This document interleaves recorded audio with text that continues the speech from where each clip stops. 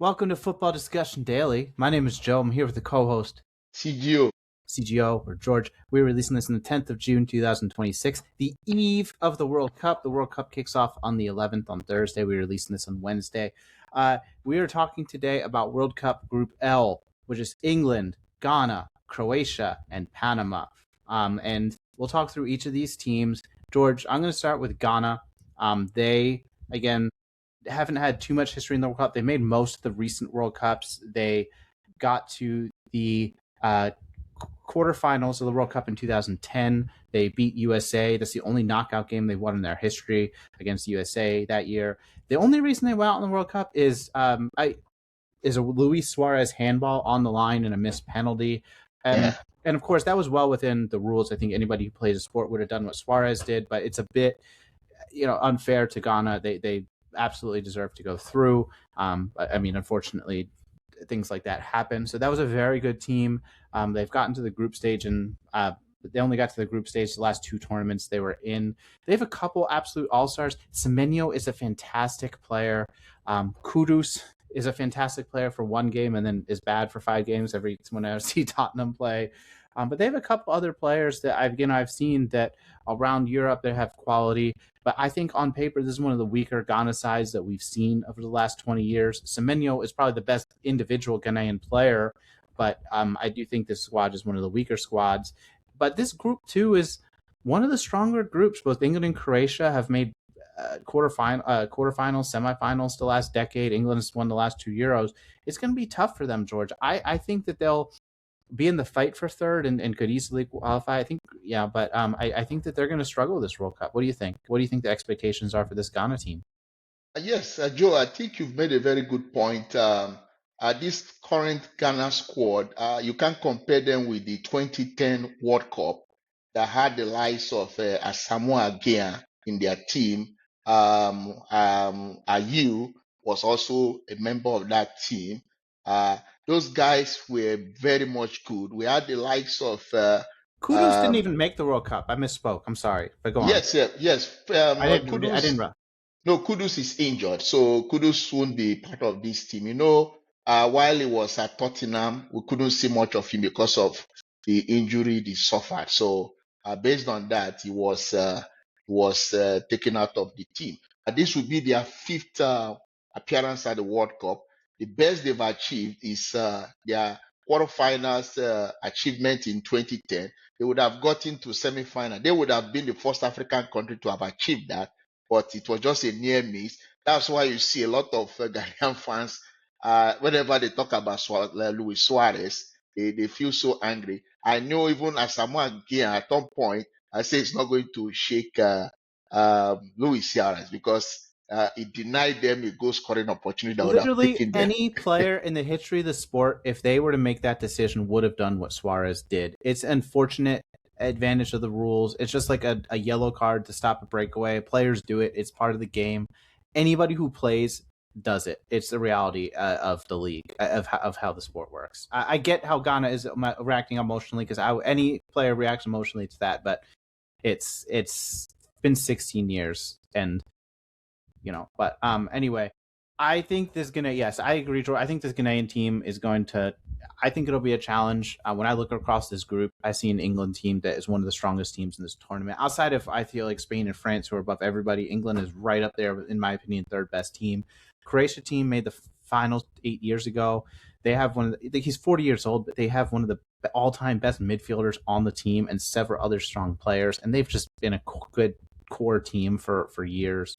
I feel like this Ghana team is going to struggle. One of my biggest fear about the current Ghana squad is they even changed their coach. The coach, who they call Otto Addo, who qualified them for this World Cup, they sacked him 72 days to this World Cup because I think he lost about 4 consecutive games. I think the one that made them to sack him was the one that happened in March 27 when they lost 5-1 in a friendly to Austria, and then 2-1 loss to Germany in Stuttgart. That was March 30th, and it was on that March 30th that they kicked him out, and then they brought in Carlos Queiroz. So my concern now is with the short amount of time Carlos Queiroz has, even though he's an experienced coach, I don't know if he will be able to make this Ghana squad so formidable to go very far in this competition, considering the fact that Ghana, their last two appearances in this competition, they were knocked out in the group stage of this competition.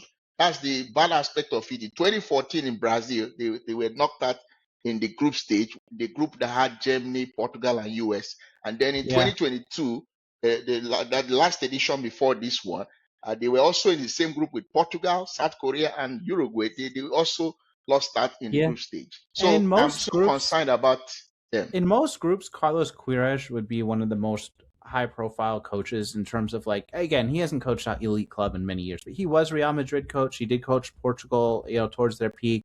He has a pretty good resume when it comes. A lot of these international coaches are guys that didn't work at the club level. You could argue Carlos Queiroz is that, but he had got several high profile club jobs.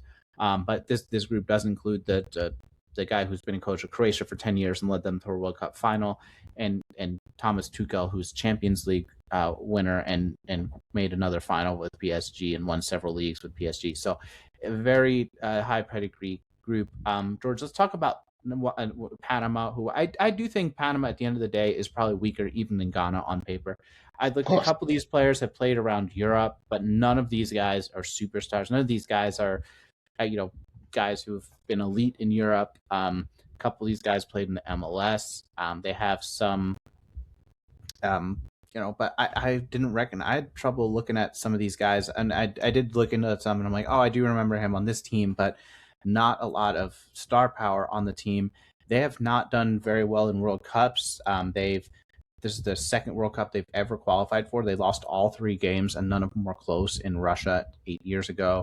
They're probably a team that might not qualify for a 32-team World Cup. They might be happy to be here. I don't know, George. Do you feel like they have any chance of getting a point? I don't think they have a chance against Croatia or England. Ghana is probably the next weakest team in this group, but I don't know, George. What do you think? It's more like a similar scenario with what happened when they made their debut. Historically, that was in 2018 when Russia hosted the World Cup. I remember they were in a group that had two European countries and one African country. Same thing we're having now. We have two European countries, England, Croatia, and then an African country, Ghana. Now, 2018, they were in the same group with Belgium, England, and Tunisia. They lost all three games. Against Belgium, they lost 3-0. Against England, they lost 6-1. And then against Tunisia, they lost 2-1. I foresee a situation where we have something similar happening to them at this World Cup. They don't have much established players who plays in Europe. I think the only player I know, which I have based on my own research, is just one of their players who plays, I think, in Besiktas. He's a defender. His name is Michael Murillo. That's the person that I know plays in Europe. And then I think they have one player who plays for San Diego FC, Annabelle Goddard. So, and then we have a couple of them, Ismail Diaz, who plays for Club Lyon. Uh, those are the players I'm sure they'll be looking up to at least give the country some level of pride. But I don't see them really doing something very spectacular. If they, well, except they surprise us, but I'm not really expecting so much from them. But this will be a good exposure for them because the more you participate in competitions like this, play against big teams like England, Croatia, you at least your Yeah, football gets developed, you every get some level of confidence. like we were talking yesterday, like Portugal before the turn of the millennium had qualified for like two World Cups ever. It takes one successful World Cup and a top club sees one player and he's like, I think that guy can succeed, and all of a sudden there's a pipeline from Panama to Netherlands, and Panaman players are getting experience with better coaches in Netherlands, and so all this is a great opportunity to network in soccer, and again the World Cup is awesome, and I'm excited to see some new faces and to see again, maybe some Panamanian players will succeed. If you're from Panama and you follow some of these guys locally, we'd love to know your thoughts on a player to look out for. George, let's move on to Croatia. Their best player is 40 years old, but he is still fantastic. I saw him play for Madrid last year at 38. He played or 39. He played for Milan this past year at 40. I saw him one or two games, but he looked good. he's arguably the best one of the best midfielders ever. I don't think he's the best because I think Iniesta is better. I've seen them both throughout the majority of their careers. That's debatable, but you can't deny Modric is one of the best, certainly since the turn of millennium. He can absolutely control matches. He can do everything. He leads by example. He's a fantastic captain. I do question how much his body can hold up at 40 years old, but he has a solid team around him. This team has been together forever. They've had the same coach for 10 years. They made the finals 8 years ago, and they made the third place game 4 years ago. So 2 straight semifinals appearances for them.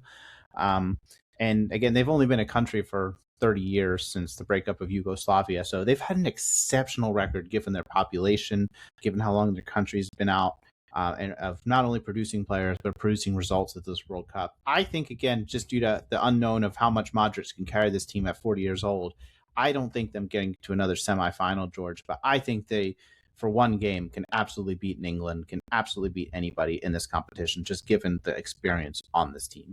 What do you think, George? Joe, this is Croatia's seventh. This will be their seventh appearance at the World Cup. I'm so impressed with Croatia's journey when it comes to the World Cup. Imagine a country that got independence in 1991 from Yugoslavia, and when they made their debut at the World Cup in 1998, then we had the likes of Davor Suker, who was the Golden Boot winner that year, putting up a very brilliant performance. They were able to finish third in that competition. And then we've seen them finish third 2022 in Qatar, and then they were runners up in 2018. So if you look at what Croatia has achieved in the 6 World Cups they've participated in, honestly, we must give them credit. And then one thing we must understand is when a player like Modric, one thing that still works for him, that intelligence still works for Modric. This is going to be his 5th World Cup appearance. But when it comes to one of the best playmakers I've seen in the game of football, Modric is one of those. He's one guy I love so much. One thing I love about him is his creativity, his vision. When it comes to creating opportunities for players, that's one thing that will work. I don't expect him to be running around, being very physical. No, because he's a 40-year-old player, but he still plays with his intelligence. And that's one thing that will work for him in this competition. He tells players where to go, what runs to make. Like, again, you could really, I haven't seen him for Croatia since the last World Cup, but at Madrid last year, they have all these young, talented midfielders that look completely lost. And then Modric comes on, like, you go here, you go here, you go here. And all of a sudden, Bellingham looks like a world beater. Tchouaméni looks like a world beater. Valverde, like, these guys are very talented players, but sometimes they need a guy like that. Modric can do that for obviously he has less talented players on Croatia than he might at Real Madrid, but he's still fully capable of doing that. I think that brings tremendous value to a team. I think everybody on this team listens and looks up to him. There's no drama with who's the leader of this team. And so I think, I don't know if they can make a huge run to the semifinals again, but I think they can absolutely beat anybody on their day. With this watered down World Cup, they might not have to have placed 3 or 4 elite teams in a row to make the semifinals. They could get to, it's possible in this World Cup to have an easier run, and if Croatia gets a favorable draw, maybe they could, but they certainly have the quality. If you look at the team, you see this squad going to the World Cup is a combination of highly experienced player and young talent. A player like Mateo Kovacic, who is 32 years, is going to be part of this squad.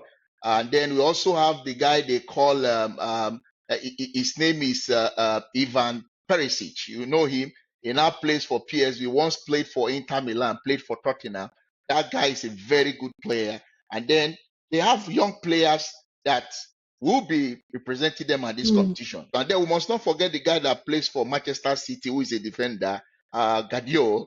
That guy, remember, he has returned back from injury, played some games for Man City before the season ended. So I'm sure it's going to be very helpful to them in the defense. And they have a very good goalkeeper who is a very reliable shot stopper, Dominik Livakovic, who keeps for Dynamo Zagreb. I believe this team, they have what it takes to at least get into the maybe Yeah. quarterfinals, but we can't be too sure if they will get to the semifinal this time It's because it's great. not going It'll to be be easy. matchup dependent, George. Let's move on. England is probably one of the favorites in this tournament. I would say, again, talent wise, France and Spain are the two best by far. I think there's a couple teams in the mix for three. England is right up there with. I would say England is third favorites in this tournament from my perspective.